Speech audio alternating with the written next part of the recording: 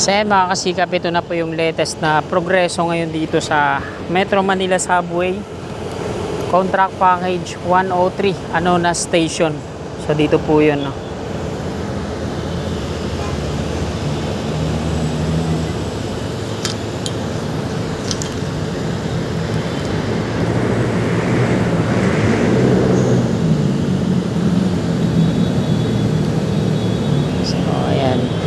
Yung mga lupa dito na hinahakot nila, doon din pala nila tinatambak to sa Camp Aguinaldo sa loob.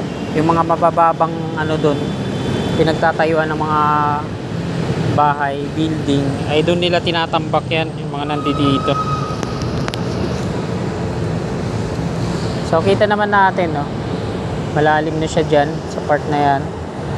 Ito, may bakod. Bali ito na lang yung natitira, yung wall na to dito sa may taas as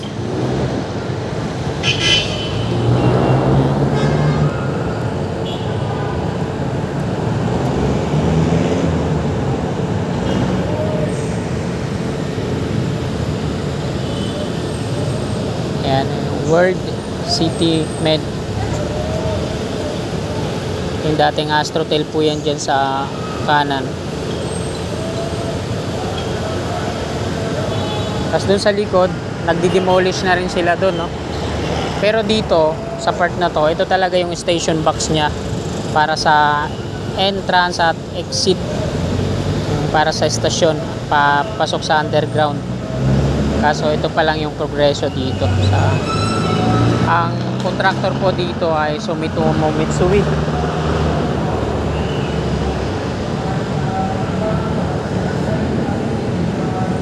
So ayan mga kasikap, ito lang, maiksi lang yung update natin dito. Araw po ngayon ng Miyerkules, ika-10 ng Setyembre itong 2025. Ito naman yung stasyon ng LRT2 Anonas Station. So pag nagawa na to, no, magpapalapit lang sila subway dito. Ito naman yung LRT2 Anonas Station. Ito naman yung patungong Santa Mesa, Manila.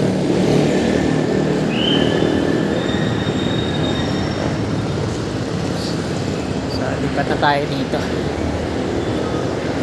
So, dun sa East Avenue Station ng Metro Manila Subway, mga kasikap, dinidemolish na po dun. Nagdi-demolish na, no?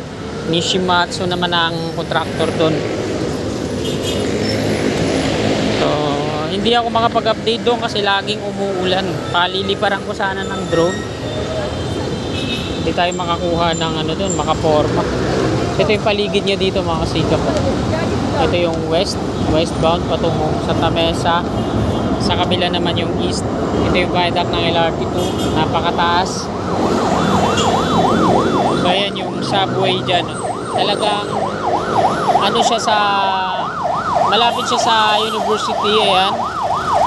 Tapos yung mga establishment dito.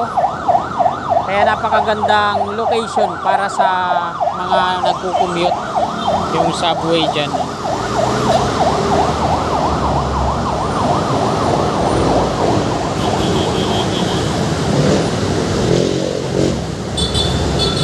Itong footbridge na to, batay dun sa photo na nakuha natin. So, dito din yung location niya, no? Magkakaroon lang ng elevator dun sa tawid. Tapos dito. Bali pagagandahin lang to, no?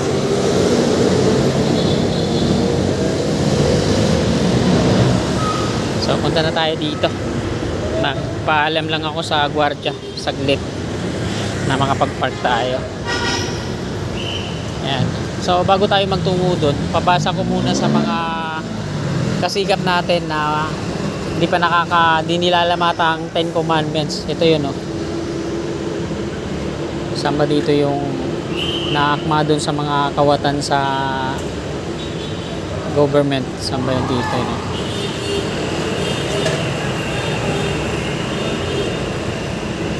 Samba yun. Yun. Ito, number 7 po siya mga kasikap, no? Huwag kang magnanakaw. Yan.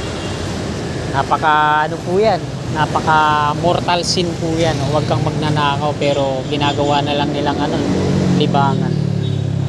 sa flood control. So, ayan mga kasigap, hanggang dito na lang po itong video na to. Maraming pong salamat. God bless.